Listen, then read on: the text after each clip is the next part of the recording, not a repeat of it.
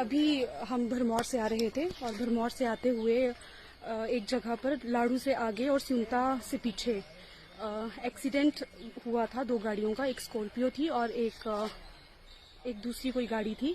तो उन लोगों ने जो थी वो गाड़ियां दोनों बीच में रोक के रखी थी और वहाँ एक लंबा जाम जो था वो लग गया था।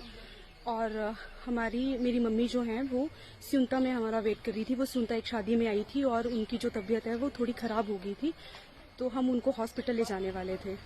तो गाड़ी से उतरकर मैंने उनको रिक्वेस्ट की, उन आंटी को जिनकी शायद स्कॉर्पियो गाड़ी थी, उन आंटी को रिक्वेस्ट की कि आंटी जी आप प्लीज़ हमारी जो गाड़ी है वो निकलने दीजिए, क्योंकि हमारा एक पेशेंट जो है वो आगे वेट कर रहा है और हमको हॉस्पिटल जाना है। तो उन आंटी ने कहा कि एडमिट है ना आपका पेशेंट, मतलब एडमिट रहने दो उसको। तो मैंने आंटी को कहा कि आंटी अगर पीछे से एम्बुलेंस आएगी तब भी आप उसको ऐसे ही रोकेंगे एम्बुलेंस को? तो उन्होंने कहा कि एम्बुलेंस आएगी तब हम देख लेंगे। तो तब मेरे भाई ने कहा कि आंटी जी प्लीज़ आप हमारी गाड़ी जाने दो और हमारा पेशेंट जो है वो आगे वेट कर रहा है और मेरी मम्मी जो है भी थोड़ी तबीयत उनकी ख़राब है और आप जिसके साथ एक्सीडेंट हुआ है उनकी गाड़ी रोक लो और हमें जाने दो। तो उन्होंने कहा कि हमें ज़्यादा कानून पढ़ाने की ज़रूरत नहीं है। तो मैंने उन आंटी को कहा कि आंटी मैं भी लॉ स्टूडेंट हूँ, हम आपको कानून नहीं पढ़ा रहे हैं, सिर्फ रिक्वेस्ट कर रहे हैं। इतनी सी बात हुई। एक अंकल थे, उन्होंने गाड़ी चलाई, मतलब गाड़ी हटा दी, दोनों गाड़ियां साइड हो गई और हमने अपनी गाड़ी निकाली और हम अपनी गाड़ी लेकर जो है वो वहां से आ गए।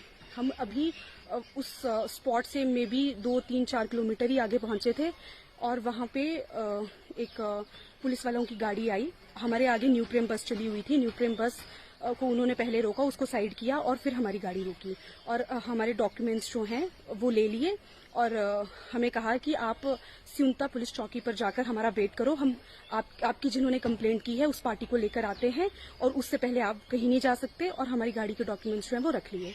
अभी हम सिमटा पुलिस चौकी पहुंच गए हैं और अभी तक वो जिन पुलिस वालों ने हमको रोका था वो दूसरी पार्टी को लेने गए हैं और अभी तक पहुंचे नहीं है।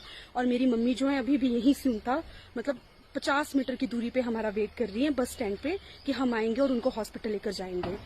तो अभी जब पता चला है कि वो जिनसे ये सारी बात हमारी हुई थी वो आंटी जो हैं वो यहाँ जो हिमाचल की विधानसभा के स्पीकर हैं कुलदीप पठानिया जी, उनकी वाइफ हैं।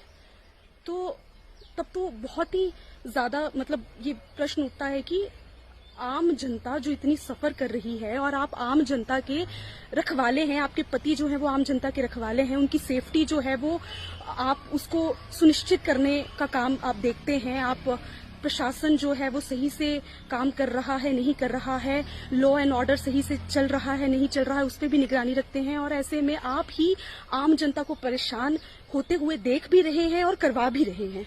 तो ये कितना गलत है। मतलब अभी भी हम यहाँ खड़े हैं, हमको वेट करने के लिए कह दिया गया जबकि हमारी कोई भी गलती नहीं है।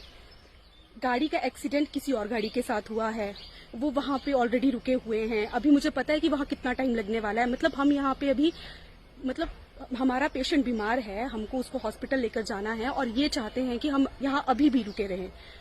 तो ये जिस प्रकार जो यहाँ के लोग, यहाँ के जो स्पीकर हैं उनके द्वारा, उनकी वाइफ के द्वारा जो ये तानाशाही की जा रही है ये बिल्कुल निंदनीय है। और अभी मेरी ये हालत भी नहीं है क्योंकि मेरी मम्मी बीमार हैं और इस सिचुएशन में हम यहाँ खड़े हैं।